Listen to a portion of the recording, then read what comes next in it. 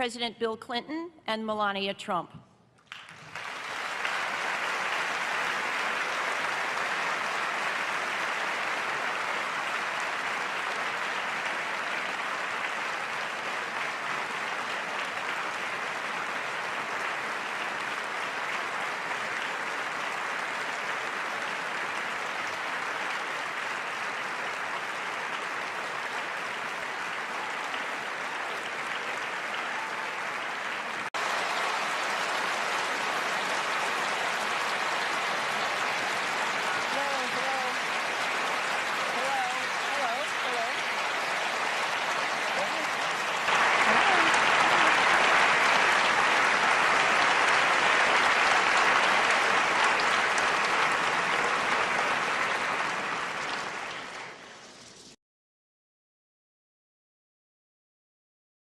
I think you understood what was said. This was locker room talk.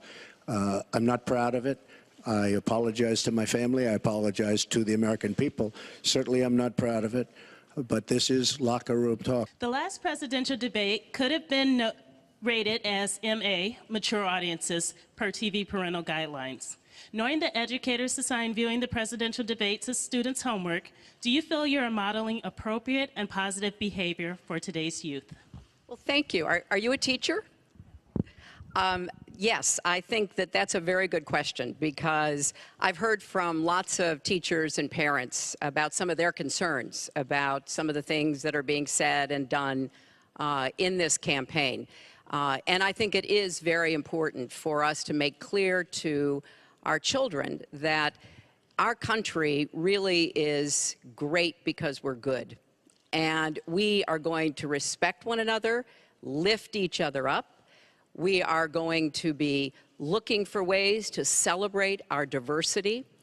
And we are going to try to reach out to every boy and girl, as well as every adult, to bring them in to working on behalf of our country. I have a very positive and optimistic view about what we can do together. That's why the slogan of my campaign is Stronger Together.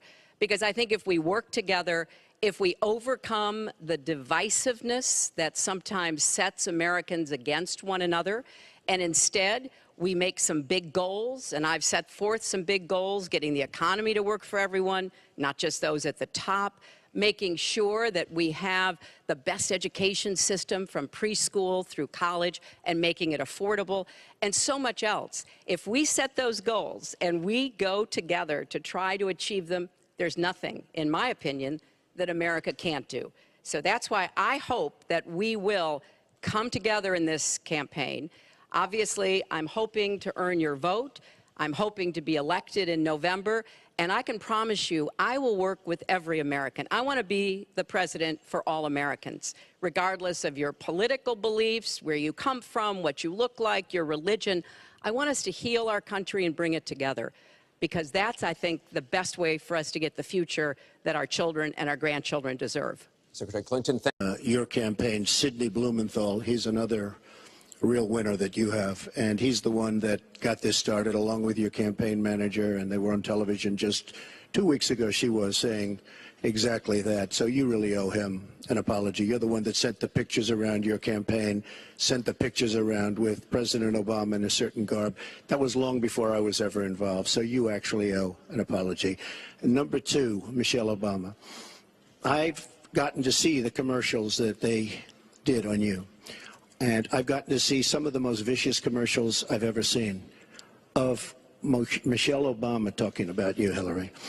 So you talk about friend, go back and take a look at those commercials. A race where you lost, fair and square, unlike the Bernie Sanders race where you won, but not fair and square, in my opinion. And all you have to do is take a look at WikiLeaks and just see what they said about Bernie Sanders and see what Deborah Wasserman Schultz had in mind, because Bernie Sanders, between superdelegates and Deborah Wasserman Schultz, he never had a chance. And I was so surprised to see him sign on with the devil. But when you talk about apology, I think the one that you should really be apologizing for, and the thing that you should be apologizing for, are the 33,000 emails that you deleted and that you acid washed. And then the 2 boxes of emails and other things last week that were taken from an office and are now missing. And I'll tell you what, I didn't think I'd say this, but I'm going to say it. And I hate to say it, but if I win, I am going to instruct my Attorney General to get a special prosecutor to look into your situation, because there has never been so many lies, so much deception. There has never been anything like it. And we're going to have a special prosecutor. When I speak, I go out and speak. The people of this country are furious. In my opinion, the people that have been long-term workers at the FBI are furious. There has never been anything like this, where emails and you get a subpoena, and after getting the subpoena, you delete 33,000 emails. And then you acid wash them, or bleach them, as you would say, a very expensive process. So we're going to get a special prosecutor, and we're going to look into it, because you know what? People have been, their lives have been destroyed for doing 1/5 of what you've done. And it's a disgrace. And honestly, you ought to be ashamed of yourself. Secretary Clinton, Get off this question. Okay, Donald, I know you're into big diversion tonight, anything to avoid talking about your campaign and the way it's exploding and the way Republicans are leaving you. But let's at least focus on some of the issues that people care about tonight. Let's get to their questions. We have a question here from... You know, it's amazing. I'm watching Hillary go over facts, and she's going after fact after fact, and she's lying again because she said what she did with the emails was fine. You think it was fine to delete 33,000 emails? I don't think so. She said the 33,000 emails had to do with her daughter's wedding, number one, and a yoga class. Well, maybe we'll give 3 or 4 or 5 or something. 33,000 emails deleted. And now she's saying there wasn't anything wrong. And more importantly, that was after getting a subpoena. That wasn't before. That was after. She got it from the United States Congress.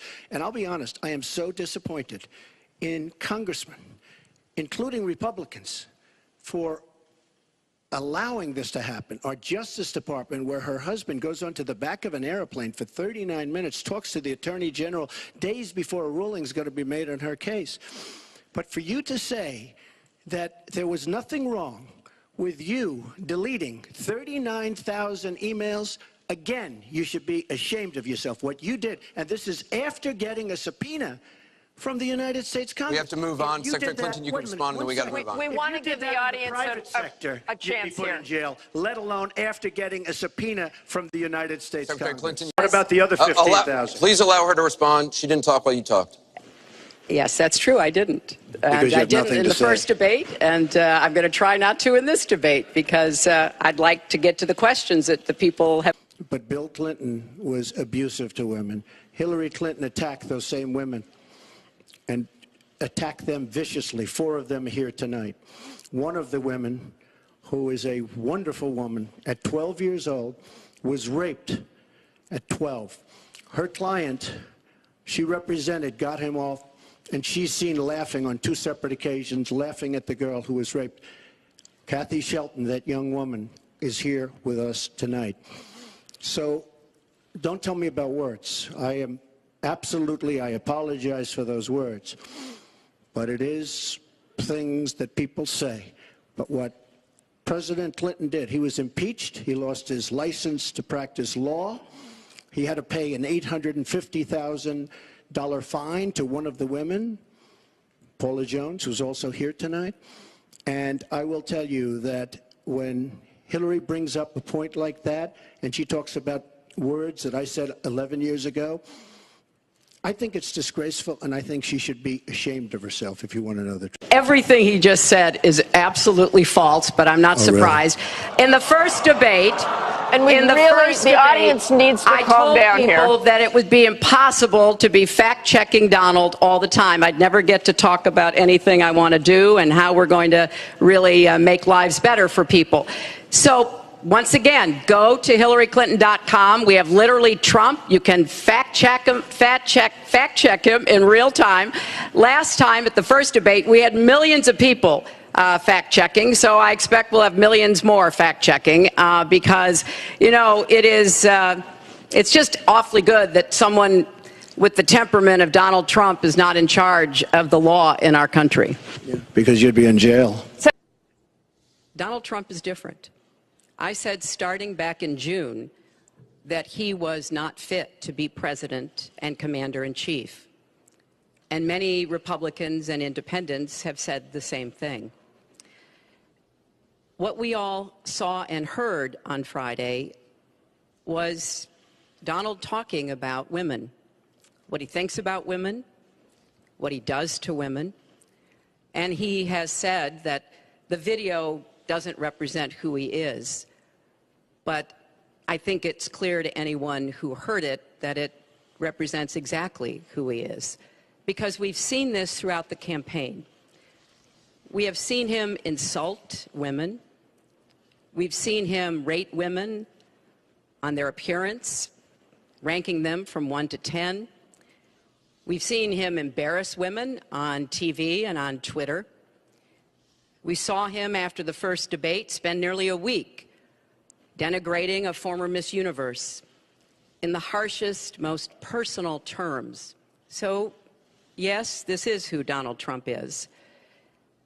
But it's not only women, and it's not only this video that raises questions about his fitness to be our president, because he has also targeted immigrants, African Americans, Latinos, people with disabilities, POWs, Muslims, and so many others. So this is who Donald Trump is. And the question for us, the question our country must answer, is that this is not who we are. It's just words, folks. It's just words. Those words, I've been hearing them for many years. I heard them when they were running for the Senate in New York, where Hillary was going to bring back jobs to upstate New York, and she failed. I've heard them where Hillary is constantly talking about the inner cities of our country, which are a disaster, education-wise, job-wise, safety-wise, in every way possible. I'm going to help the African Americans. I'm going to help the Latinos, Hispanics.